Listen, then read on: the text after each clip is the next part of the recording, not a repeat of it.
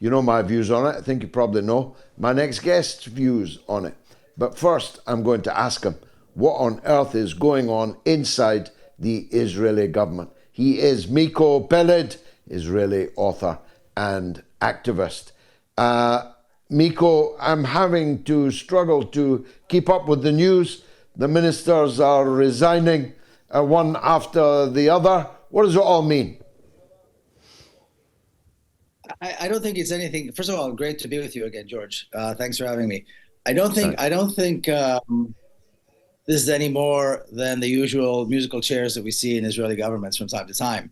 Everybody wants to be in the big chair. Everybody wants to be in the prime minister's seat. And whenever they sense that there might be a political moment there where they can do that, they jump at it.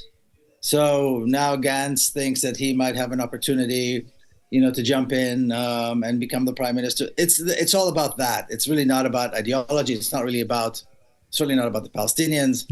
It's about public opinion. It's some poll probably told him that if he jump ship now, then he has a better chance at the next elections. It's that sort of thing. It's a typical, you've seen this for decades. It's typical musical chairs that we see in Israeli politics over and over again. I don't believe Netanyahu is going anywhere. I think all these attempts to get rid of him are not going to work. But that's really what this is about.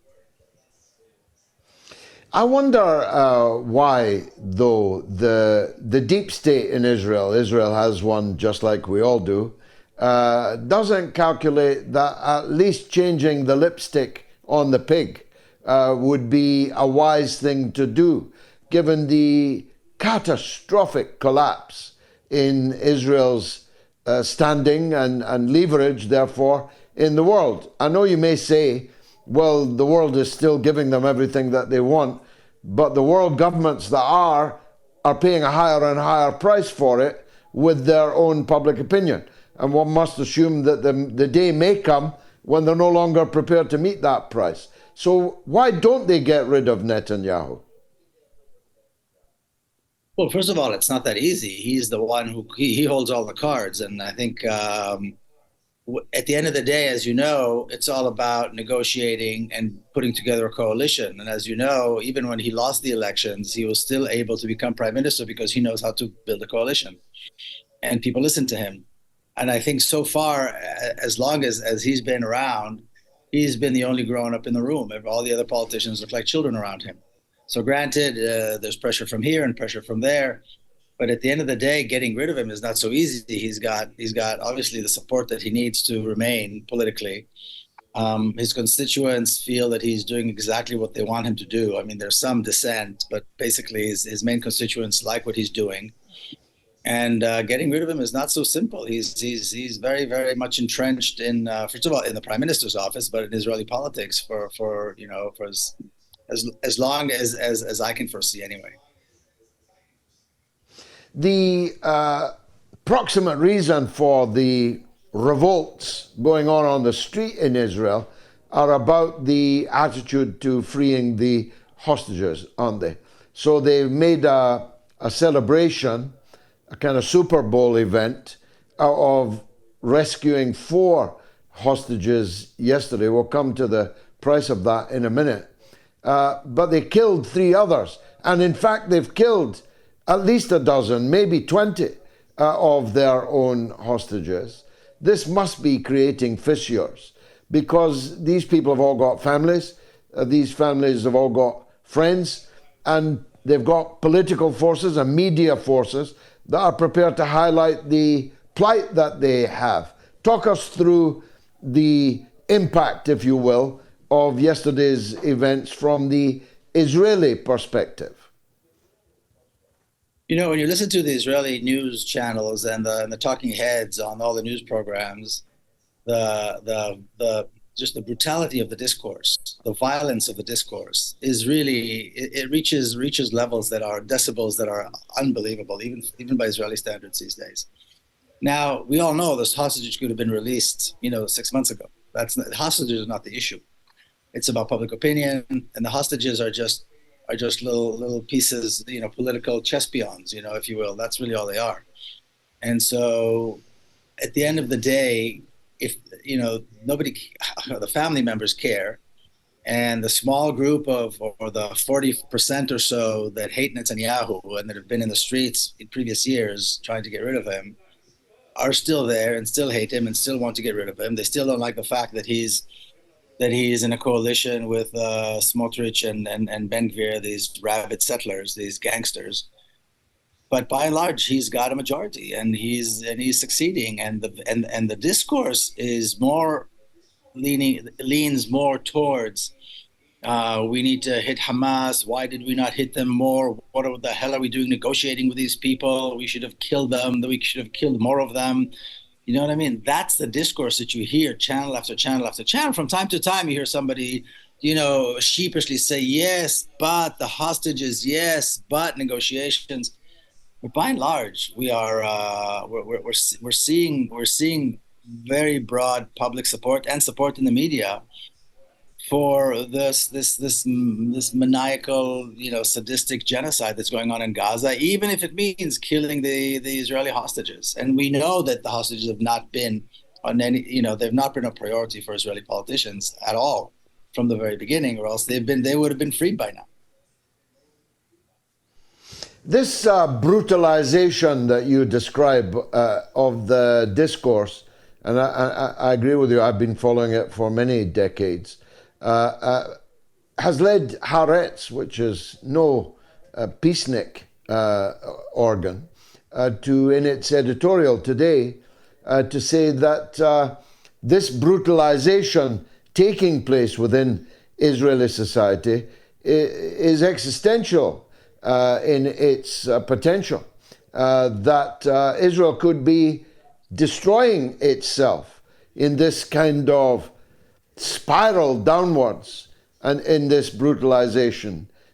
Do you think that has any traction anywhere? I don't think it has any traction within Israel or within Israeli society, because everybody lives in that same bubble. Everybody lives in the same insane reality where all they see is this desire for more Palestinian blood.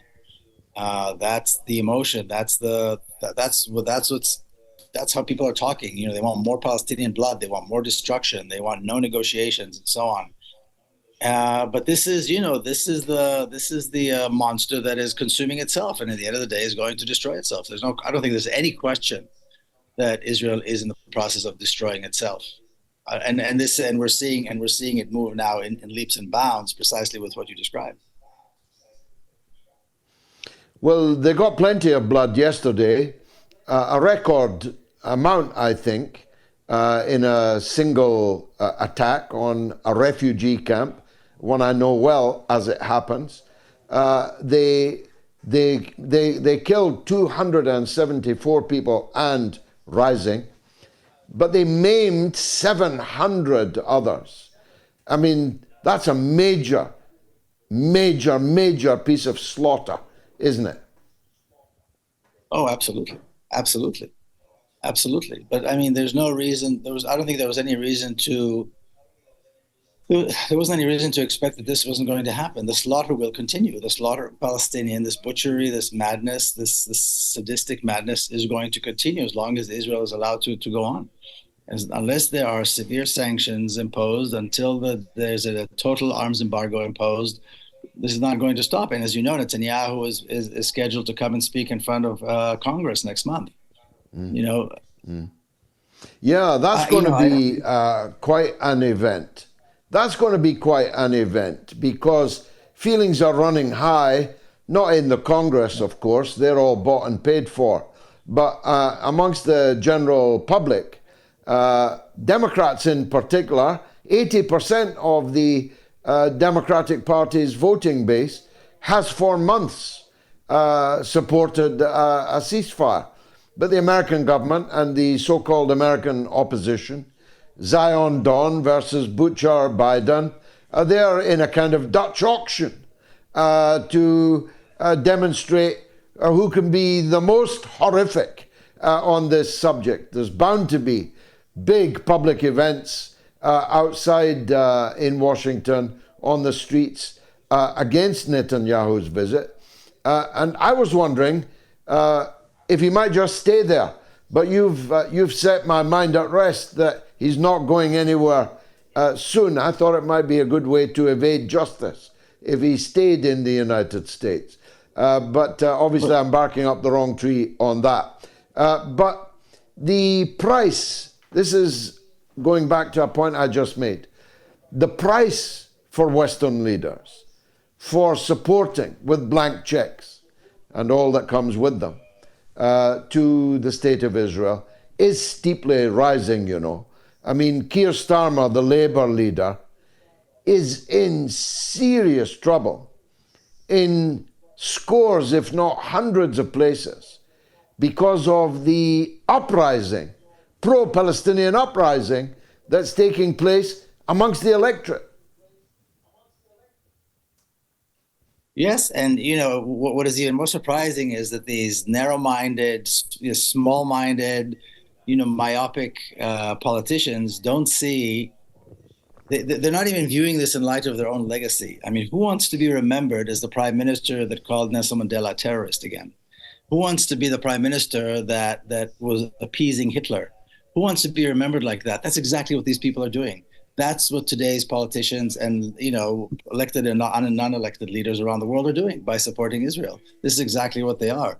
And we know that people have a long memory. And now, of course, we have social media. Everything's on video. Everything is recorded. These people are going to be remembered as supporting one of the worst genocides that imaginable, and saying nothing and doing nothing to stop it. Not only doing nothing to stop it, but supporting it and sending weapons and so forth. So to me, that's amazing that folks are excited about their own legacy. Lastly, if I may, forgive me.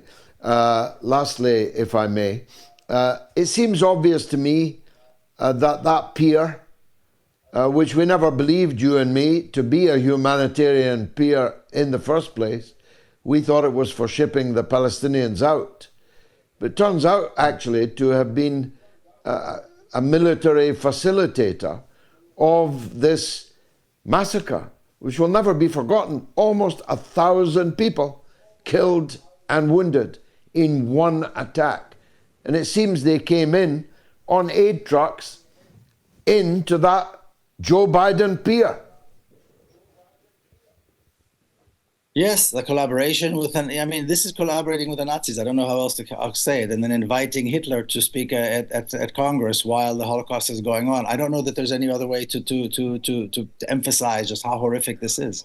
This is collaborating with the Nazis during the Holocaust, during World War II, and then inviting Hitler to speak in Congress. This is what this is. I think Washington, D.C., I'm actually quite doubtful that he will actually come. I think for security reasons, they might cancel it, because I think Washington, D.C. will be complete chaos if he does show up. I hope he does. But if he does, I think it's going to be complete chaos. Pleasure, honor to talk to you. Miko Peled, Israeli author and activist. Very great use you have been. Thank you so much indeed.